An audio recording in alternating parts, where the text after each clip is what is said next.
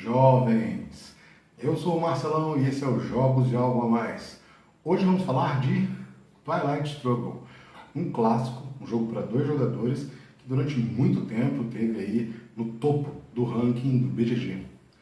Em Twilight Struggle vivemos a Guerra Fria, né? No final da Segunda Guerra Mundial até a queda do Muro de Berlim, vamos viver aí os eventos que poderiam ter mudado o mundo nessa Guerra Fria entre a União Soviética e os Estados Unidos.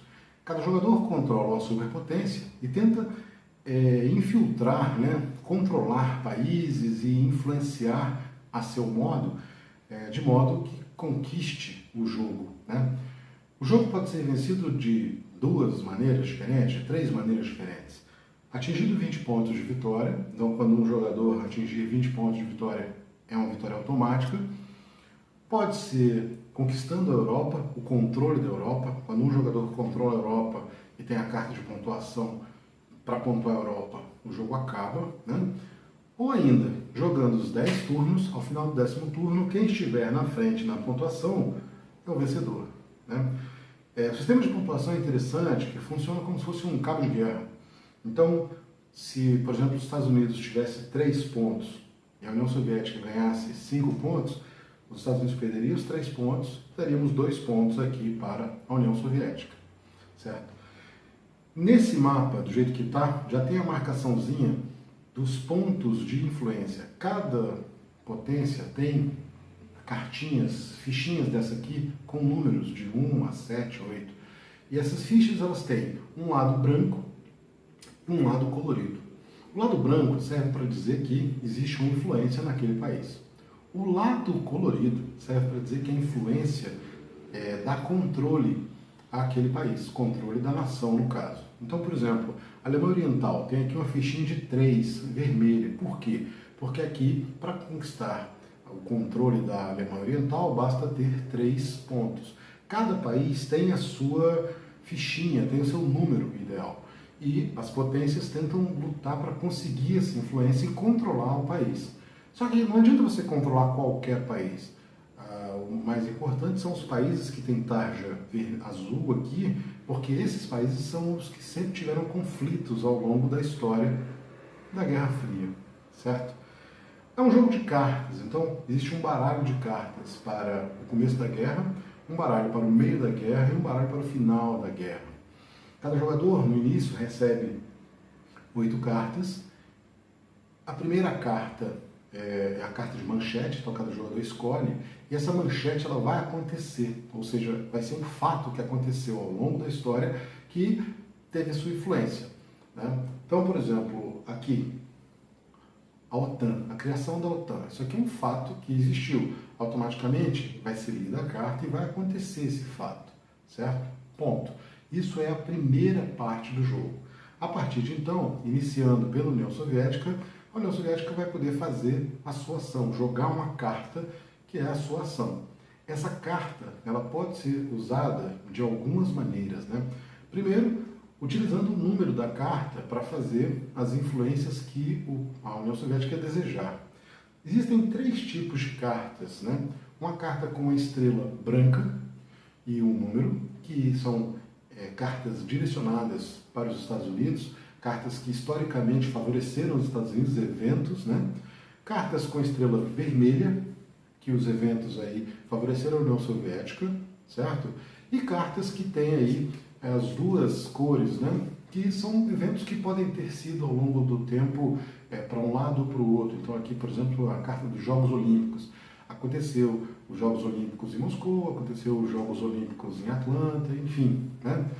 Ao longo do tempo, o que você vai fazer é jogar uma carta dessa. E essas cartas têm implicações.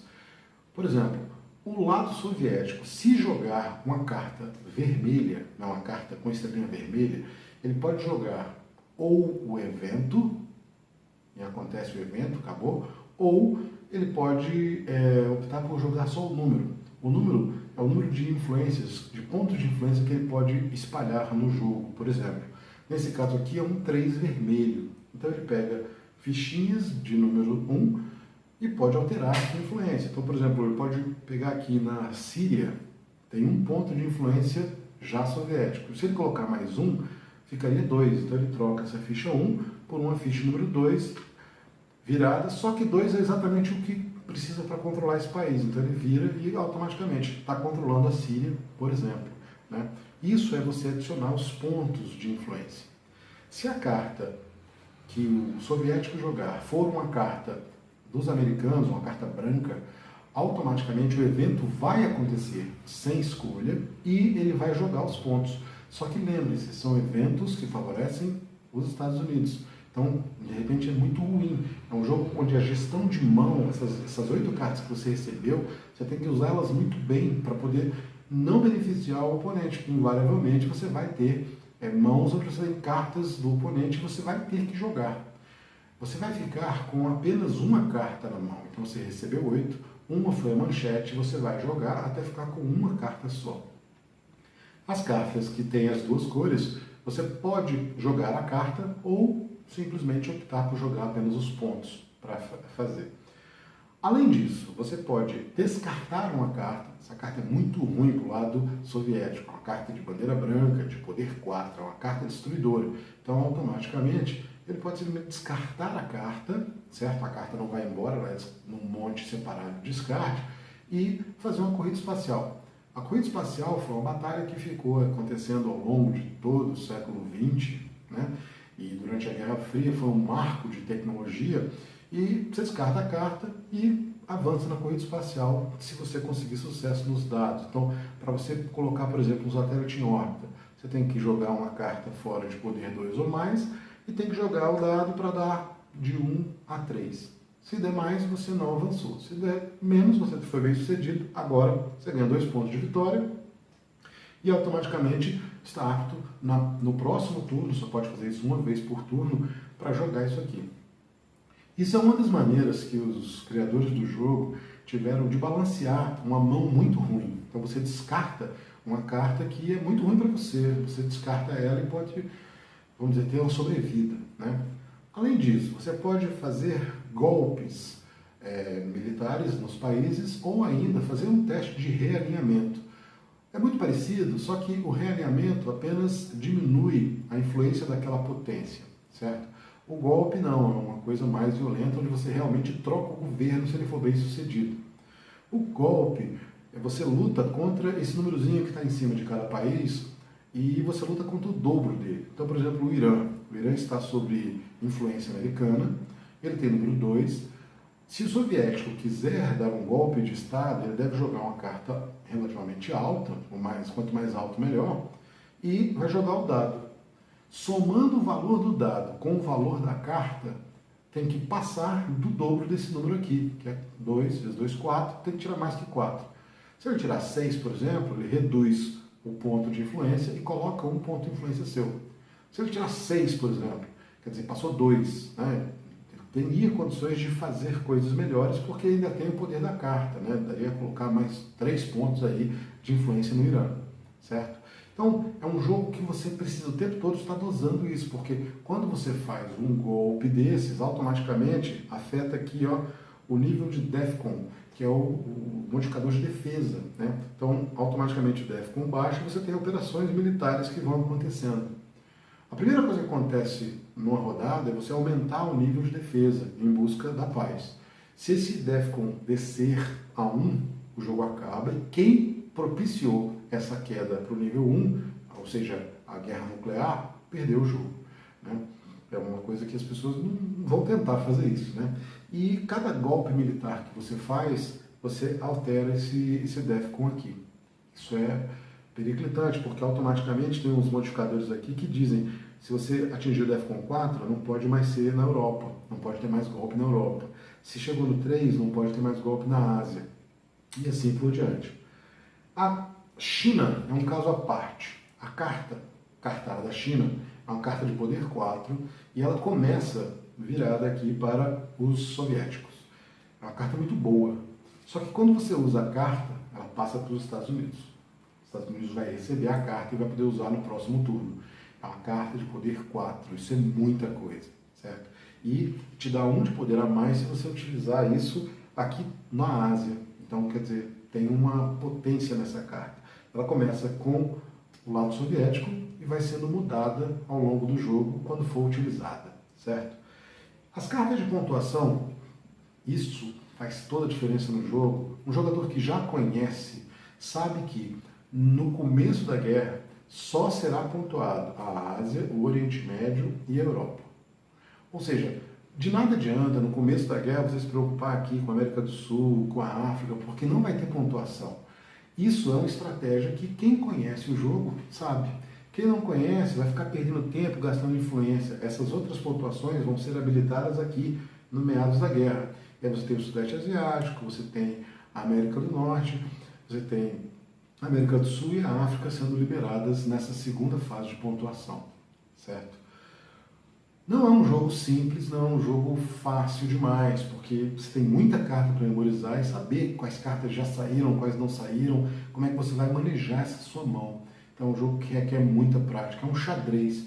São aí 3 horas e meia de jogo para jogadores já experientes, então é um jogo bem denso, né? É um jogo muito imersivo, onde você realmente entra dentro dessa história da guerra, certo?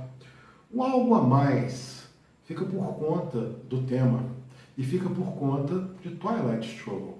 Twilight Struggle é a expressão que o presidente Kennedy utilizou no seu discurso de posse, né? Que é uma luta crepuscular, uma luta do crepúsculo, porque é um termo já no meio da Guerra Fria, né? Guerra Fria, que é um termo cunhado aí por George Orwell, né? Ao final da Segunda Grande Guerra, em um ensaio que fez sobre a guerra, ele citou, né? Falou que a partir de agora viveremos uma Guerra Fria, onde você não tem embates entre as duas potências, mas o embate passa a ser no rumo das ideias, né?